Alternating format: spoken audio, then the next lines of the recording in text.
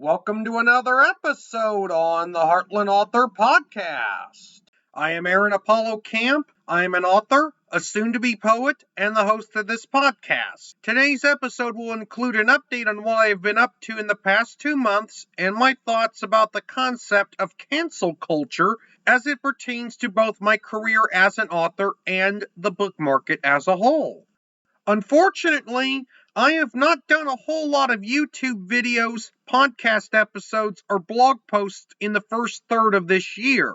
In fact, this podcast episode is my first episode on this podcast in nearly 2 months. There are 2 reasons as to why I have not been visible on this podcast, YouTube, or my blogs as I wish I was. The first is that for a fair amount of the first third of this year, I have been feeling extremely tired to the point of having trouble staying awake for more than a few hours at a time. Fortunately, my sleep cycle is back to normal, and I can stay awake for 12 to 16 hours at a time each day, while getting at least several hours of good sleep every night. The second is due to me having been rather busy with numerous book writing projects that I am currently working on. I have not had a whole lot of time to produce other types of content, such as blog posts, podcast episodes, and web videos, although I hope to be able to devote more time to both writing projects and other content creation going forward. I am also pleased to announce that I have received both doses of the Moderna COVID-19 vaccine,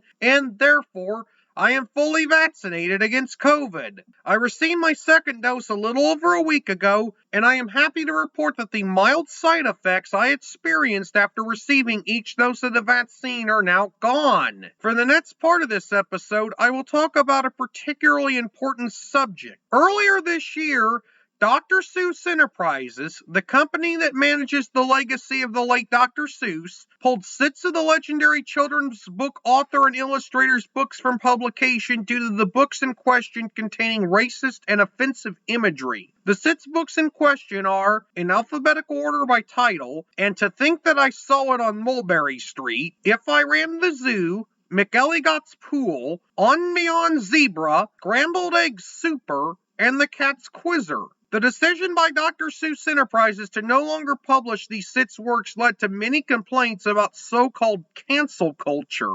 My opinion on the Dr. Seuss matter is complex, but long story short, I am not afraid of cancel culture at all. It is important to note that the decision to pull the 6 books from publication was a decision by Dr. Seuss Enterprises, which is the rights holder of the 6 books, not by a governmental body or agency. The 6 Dr. Seuss books being pulled from publication was not, I repeat, not an instance of the government banning books. Dr. Seuss, whose real name was Theodore Seuss Geisel, wrote and illustrated some books that contained racist and offensive content, and I agree with the decision by Dr. Seuss Enterprises to pull the 6 books in question from publication. Racism is offensive, harmful, and something we should not be teaching children who are and represent the future of society. However, many of Dr. Seuss's works were not offensive, including some of the greatest children's books of all time, such as Green Eggs and Ham, The Cat in the Hat, All the Places You'll Go, and my favorite, How the Grinch Stole Christmas. I believe that Dr. Seuss can be revered despite his failings, but not because of his failings. Regarding complaints about so-called cancel culture, the term cancel culture has become commonly used with someone, often but not always a political figure or person with a good or service to sell, complains about being held responsible for actions that are harmful and or offensive to others. Additionally, complaints about cancel culture are often about people refusing to buy goods or services they do not want to buy, often because of how the purveyor of said goods or services acted in a harmful and or offensive way, or because the goods and services are harmful and or offensive in some manner.